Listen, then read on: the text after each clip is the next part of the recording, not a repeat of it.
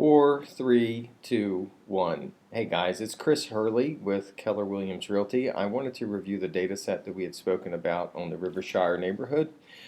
This is the email link. It's all the same data information formatted four different ways, and we'll review that to here, and you can explore and see some options that will give you some insight on a good strategy for your turn to put the house on the market next year.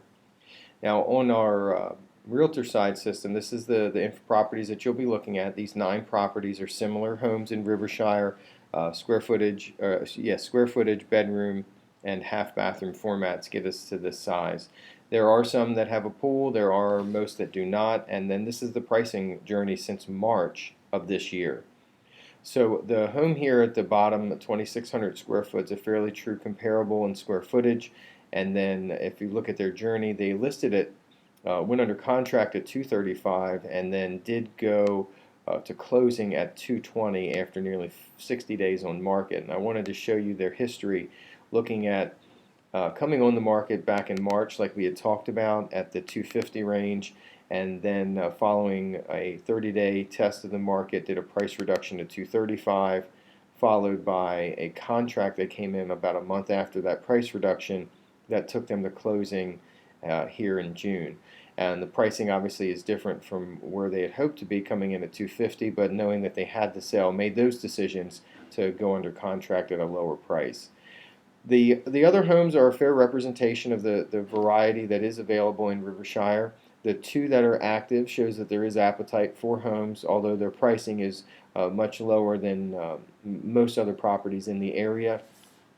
And then the 3 active homes, you have 2 reaching for a really high number, and then 1 still chasing the market here at 219, and then 71 days on the market. It's been unable to get a buyer to engage in a contract. This home here, the 220 sale that closed, if you make an adjustment for the swimming pool, you would get around where the list price or purchase price was for your home originally, maybe slightly above going into next year, but we'd have to watch the trends in the neighborhood and make sure pricing would tolerate that. Talking about pricing trends, this 292 property is probably the most developed home in the neighborhood, and I'll show you what I mean. You can see these photos by clicking on the photo in your version of the listing there. This home came on the market 12 days ago. After having been purchased in 2012 at 186, they're now coming on at 292, and coming on late in the market. A July listing is well behind where we'd recommend getting a property reaching for this type of pricing onto the market. Looking at the photos in the property, you'll see what their draw is for the owners. Looking at a 3rd car garage, looking at this brick paver patio. It does have a swimming pool. It is an additional large lot, and they've developed it with a sort of a fire pit area, an additional storage shed, and some finishings on the inside that are upgrades compared to the originals. Master bathroom redone with a clawfoot tub. Their big draw for them, they perceive, is this lot size. Looking here, I will know from our experience that having this parking lot behind here is a significant negative for property. So even though we've got some major developed lot size, you'd have to just be cautious about these types of negatives with any property. So this is their perspective of their listing, and that's why they're pricing it where they are, hoping that somebody else will perceive that value as well. Looking at the trends going forward, I still feel good about looking at the numbers that we talked about for next spring's market and getting things ready for that.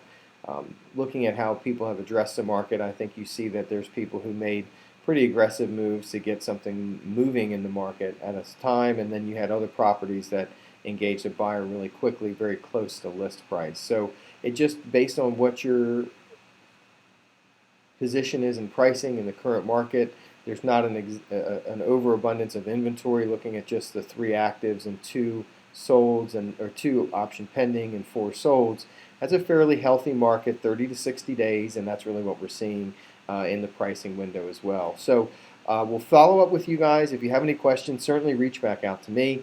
But I'll be keeping in touch with you over the fall just to make sure you know where pricing is heading in the area.